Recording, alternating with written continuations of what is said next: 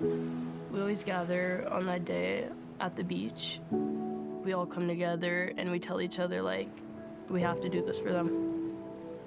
I try to think about each person when I'm throwing each flower in. Just very therapeutic that we're able to do that.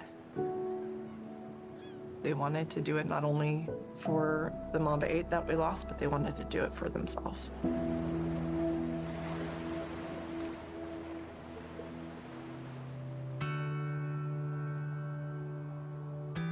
For millions around the world, NBA legend Kobe Bryant was a larger-than-life superstar.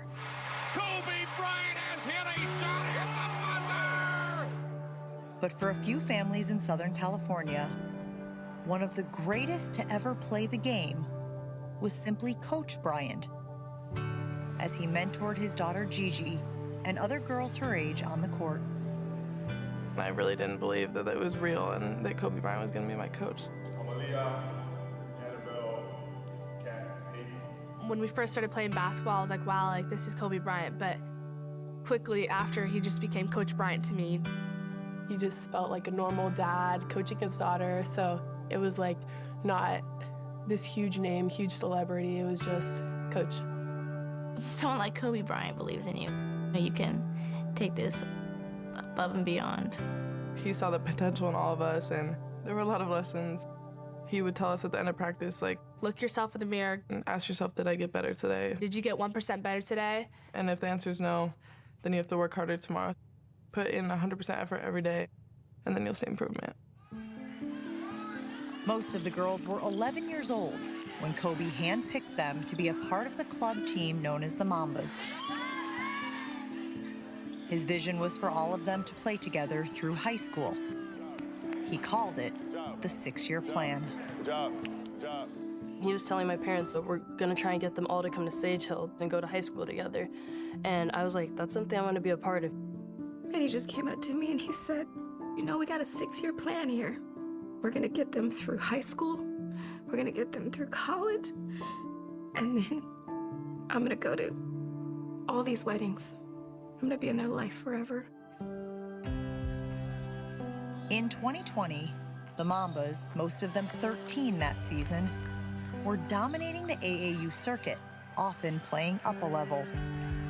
On Saturday, January 25th, the team was competing in a weekend tournament at the Mamba Sports Academy in Thousand Oaks, California.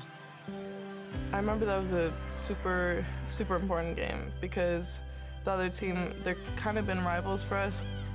Peyton had this huge shot at the end, the step back, to kind of seal the game. I just remember everyone going crazy and everyone jumping up and down on the bench and from our stands. Just like, wow, like our hard work is really paying off. The girls felt like they were on top of the world in that moment. But then it was kind of like, okay, now we gotta get ready for tomorrow. While most of the Mambas families stayed near the tournament facility that night, Kobe and 7 others went home to Newport Beach. They planned to go back to Thousand Oaks on Sunday morning, January 26th, in a chartered helicopter that Kobe used regularly. We were at Sports Academy, and we were just sitting there talking, waiting for the game to start. Our team manager, John, came over and said, hey, we need you guys to go to the team room. We need to talk to you. He sat us all down, and he said there's been an accident, and we don't know anything. The chopper went down. We're not sure of anything right now. We don't know if there's fatalities. I remember Zoe coming up to me saying, Mom, what does that mean? How do you tell a child at that age what that meant? And good evening. We begin tonight with the tragic death of NBA legend Kobe Bryant, killed today in a helicopter crash in Southern California.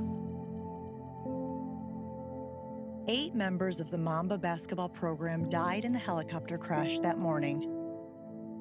Kobe and Gigi Bryant,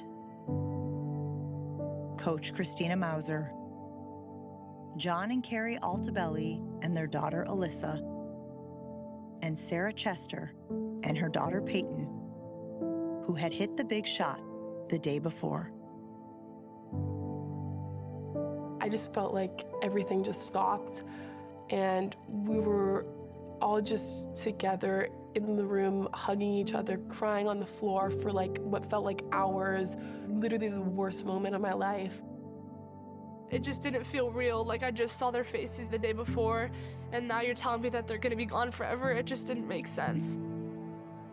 I don't really know how to explain it. It was like boiling feeling. Sorry.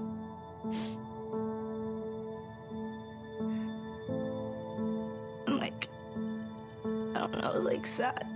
They're like family to me, and I don't really like know how to express it, but like it was like losing like all of your family in one day. Those girls, that day, it broke a part of them. All of them.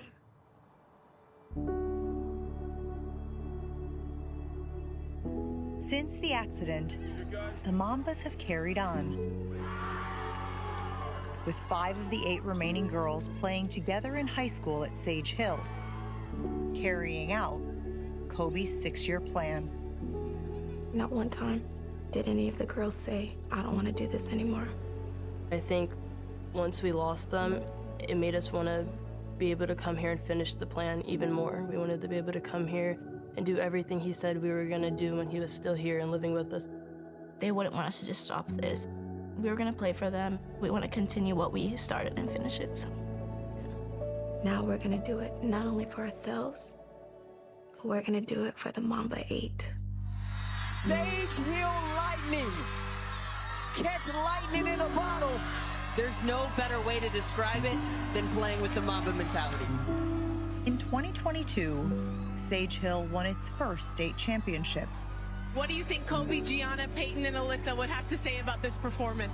Just, this is what we've been working for the whole year, and we did it, so they'd definitely be just really proud of us. And this year, the team finished the regular season 24-2, a meaningful and symbolic record. For the last season, the Mambas would share the court. Now, every January 26th. Hi, low-key. How are you? I am good. Hi, Ellie. On the anniversary of the accident, the girls gather in Newport Beach to reflect on life and loss and remember the Mamba 8. That's a good one. For Christina, Alyssa. We pick 8 flowers that represent each person. We kind of walk far out on the jetty as far as we really can go. And kind of say something that we would want to say to them if they were still here. One by one, take the flowers and throw them into the ocean. Every flower I throw out, I think of that person. I know Kobe would be proud of us for continuing their legacy and just, you know, honoring them every day.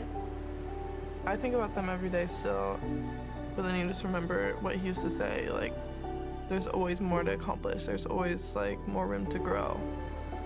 To him, you know, a loss always means you learn. He'd be proud that we're continuing to fight. These girls amaze me. They're gonna be okay.